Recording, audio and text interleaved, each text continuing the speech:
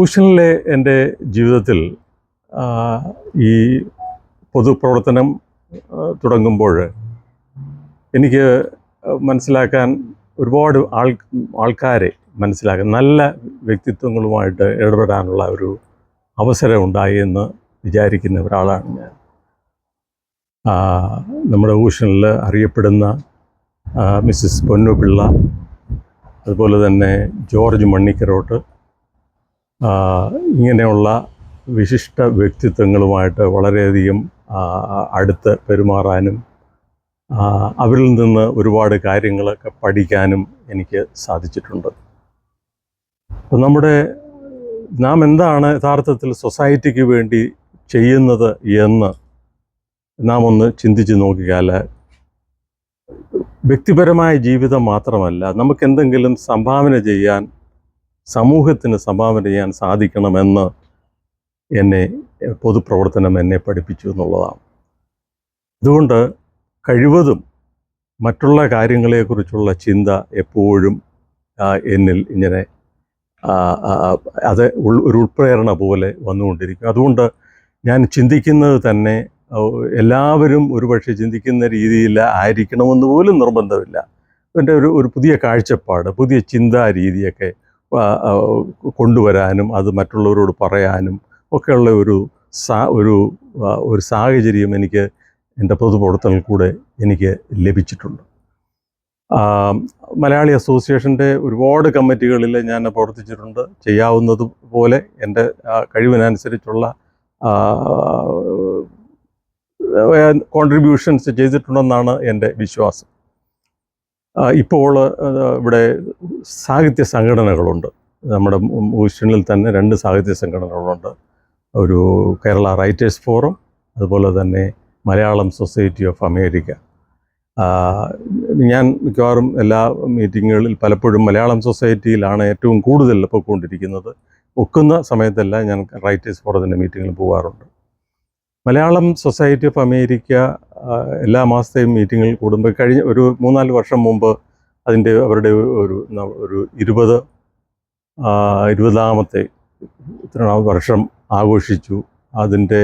അതിന് വേണ്ടി ഒരു സാഹിത്യ സമാഹാരം അന്ന് പുറത്തിറക്കുകയുണ്ടായി. എൻ്റെ പേര് ഞാൻ ഇപ്പോൾ ഓർക്കുന്നില്ല. അതിൻ്റെ ആ പുസ്തകത്തിൻ്റെ പേര് എനിവേ, ആ പുസ്തകം 10-16 പേരുടെ സാഹിത്യരചനകൾ കോർത്തിണക്കിയുള്ള ഒരു പുസ്തകമായിരുന്നു. അതിൻ്റെ എഡിറ്ററായിട്ട് പ്രവർത്തിക്കാൻ എനിക്ക് അവസരം ലഭിച്ചിട്ടുണ്ട്. അതുപോലെ തന്നെ നേരത്തെ ഇവിടെ ഉണ്ടായിരുന്ന ഒരു മലയാളി പത്രം ഉണ്ടായിരുന്നു. അതിൻ്റെ ന്യൂസ് എഡിറ്ററായിട്ട് ഞാൻ ജോലി ചെയ്തിട്ടുണ്ട്. അങ്ങനെ ഒക്കുന്നിടത്തോളം പൊതുപരിപാടികളിൽ ഇടപെടാനും പ്രവർത്തിക്കാനും എനിക്ക് സാധിച്ചു. ഇപ്പോൾ മലയാളം സൊസൈറ്റി ഓഫ് അമേരിക്കയുടെ സെക്രട്ടറി ജോർജ് പുത്തൻകുരിശ്, അതുപോലെ തന്നെ എൻ്റെ ഒരു സുഹൃത്ത് ജെയിംസ് ചെറുതടത്തിൽ മുതലായ ആൾക്കാരുമായിട്ടൊക്കെ ഞാൻ നിരന്തരമായ കമ്മ്യൂണിക്കേഷൻ നടത്തിക്കൊണ്ട് പോകുന്നു. നല്ല രീതിയിലുള്ള ചർച്ചകൾക്ക് ശേഷമുള്ള ചർച്ചകളും ഒക്കെ നടത്തി ഞങ്ങളിങ്ങനെ പോകുന്നു. തീർച്ചയായിട്ടും ഒരുപാട് കവിതകൾ ഞാൻ എഴുതിയിട്ടുണ്ടെന്ന് ഞാൻ നേരത്തെ പറഞ്ഞല്ലോ. അതിൻ്റെ എൻ്റെ കവിതയുടെ പ്രത്യേകത എന്ന് പറയുന്നത് സാധാരണ കവിതകൾ പോലെ ആയിരിക്കണമെന്നില്ല. മനുഷ്യരെ ഒന്ന് ചിന്തിപ്പിക്കാൻ വേണ്ടിയുള്ള എന്തെങ്കിലും ഒരു കനൽ, ഒരു ചെറിയ തീനാളം ഇട്ടുകൊടുക്കണമെന്നുള്ള ഒരു ആഗ്രഹമുള്ളത് കൊണ്ടാണ് ഞാൻ എഴുതുന്നത് തന്നെ. ഉദാഹരണത്തിന്, പറയാതെ വയ്യനിക്കൊരു വട്ടം ഈ ലോക പരമാർത്ഥ കാര്യങ്ങൾ അല്പമായി, പരമാണു പൊരുളിനെ അറിയാതെ മർത്യരിന്ന് അധമലോകത്തിൻ്റെ സാക്ഷികളായി. ഇങ്ങനെ ഉള്ള കാര്യം, അറിവ് എന്ന് പറയുന്ന ഒരു കാര്യം എനിക്ക് ഭയങ്കര താല്പര്യമുള്ളതാണ്. പുതിയ പുതിയ അറിവുകൾ നാം നേടുന്നതനുസരിച്ച് നമ്മുടെ ജീവിത ശൈലി മാറുകയും നമ്മുടെ ചിന്താരീതി മെച്ചപ്പെടുത്തുകയും ചെയ്ത് മുന്നോട്ട് കൊണ്ടുപോകണമെന്നുള്ള ആഗ്രഹമാണ് എനിക്കുള്ളത്. അതാണ് ഞാൻ സാധാരണ കവിതകളിൽ കൂടെ ഞാൻ ചെയ്യാറുള്ളത്. ഇനിയും തുടർന്നുള്ള പല കൊച്ചു കവിതകളിൽ കൂടെ ഞാൻ നിങ്ങളോട് സംവദിക്കാം എന്ന് ആഗ്രഹിക്കുന്നു. നന്ദി. എന്നെ ഒന്ന് പരിചയപ്പെടുത്താം. എൻ്റെ പേര് TN Samuel. Actually Thankachan N Samuel എന്നാണ്. അത് ചുരുക്കത്തിൽ നീണ്ടുപോയതുകൊണ്ട് ഞാൻ ചെറുതാക്കി എന്നുള്ളതേ ഉള്ളൂ. TN Samuel. എൻ്റെ നാട് പുനലൂരാണ്.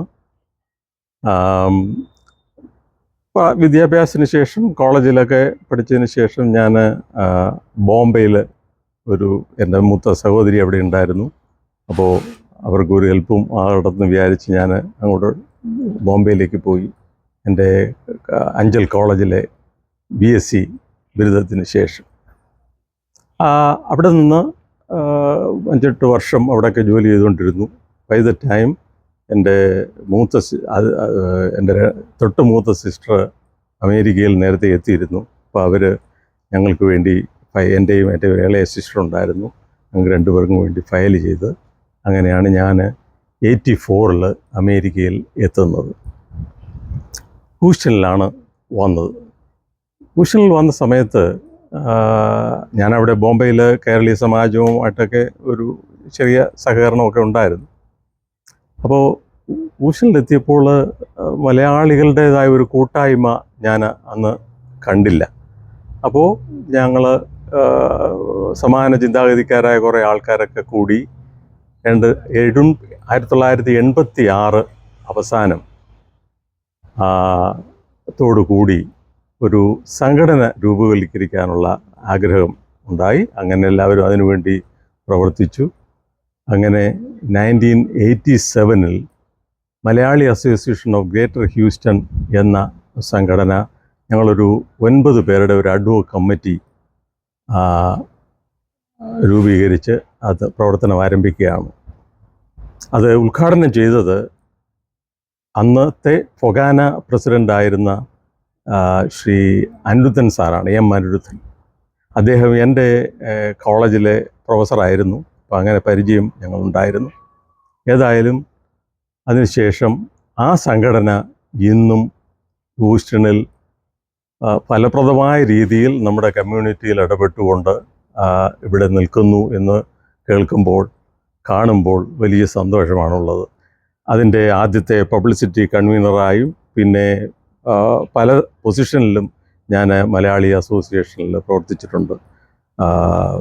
സെക്രട്ടറി ആയിട്ടും വൈസ് പ്രസിഡൻ്റായിട്ടും പ്രസിഡൻ്റായിട്ടും ഒക്കെ പ്രവർത്തിച്ചിട്ടുണ്ട്. അത് ഇന്നും അഭംഗുരം തുടരുന്നു എന്ന് വളരെയധികം മെമ്പേഴ്സ് ഇപ്പോഴുണ്ട്. അതൊരു വലിയ എന്നെ സംബന്ധിച്ചിടത്തോളം സായുജ്യം അടയുന്ന ഒരു കാര്യം തന്നെയാണ്. പക്ഷേ പിന്നെ ഞാൻ മനസ്സിലാക്കി, യഥാർത്ഥത്തിൽ മറ്റൊരു സംഘടന ഇവിടെ നേരത്തെ ഉണ്ടായിരുന്നു. 2-3 വർഷം ഒന്നുമില്ലാതിരുന്ന ഒരു കാലഘട്ടത്തിന് മുമ്പ് ഹൂസ്റ്റണിൽ ഒരു സംഘടന ഉണ്ടായിരുന്നു. KCA എന്നായിരുന്നു അതിൻ്റെ പേര്. അത് പ്രവർത്തനരഹിതമായി 3 വർഷത്തിന് ശേഷമാണ് ഞാൻ ഹൂസ്റ്റണിൽ വരികയും ഞങ്ങളെല്ലാവരും കൂടെ ആലോചിച്ച് ഈ സംഘടന രൂപപ്പെടുത്തുന്നതും ചെയ്യുന്നത്. അതോടൊപ്പം തന്നെ ഒരു സാഹിത്യപരമായ ഒരു പ്രവർത്തനങ്ങളിൽ മുഴുകാനും എനിക്ക് സാധിച്ചിട്ടുണ്ട്. കൂടുതലും കവിത എഴുത്താണ് എൻ്റെ ഒരു മേഖലയെന്ന് വേണമെങ്കിൽ പറയാം. നമ്മുടെ വ്യക്തിപരമായ കാര്യങ്ങളിൽ കൂടുതൽ ശ്രദ്ധ ചെലുത്താതെ ഈ പബ്ലിക് സാമൂഹ്യപരമായ കാര്യങ്ങളിലുള്ള ഒരു ആഗ്രഹം എന്നിലുള്ളത് കൊണ്ടാണ് യഥാർത്ഥത്തിൽ ഈ കവിതയിലേക്ക് തിരിഞ്ഞത്.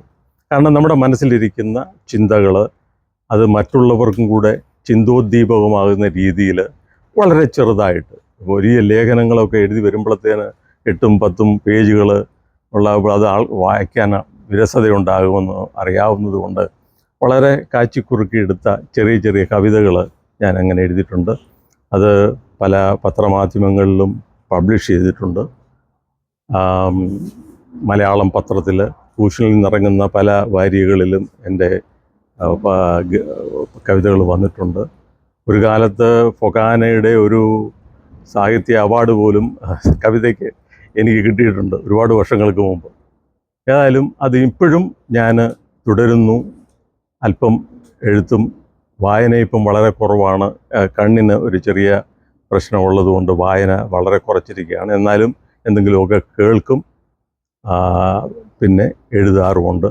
അപ്പോൾ അങ്ങനെ നമ്മുടെ ജീവിതം ഇങ്ങനെ മുന്നോട്ട് കൊണ്ടുപോകുന്ന ഒരു സമയത്താണ് നമ്മുടെ സെന്നി ക്രിസ്ത്യൻ വോയിസുമായിട്ട് ഞങ്ങൾക്ക് ബന്ധമുണ്ടാകുന്നതും അത്തരത്തിലാണ് ഇതിൻ്റെ പ്രവർത്തനം ഇപ്പോൾ ഞങ്ങൾ തുടങ്ങിയത്.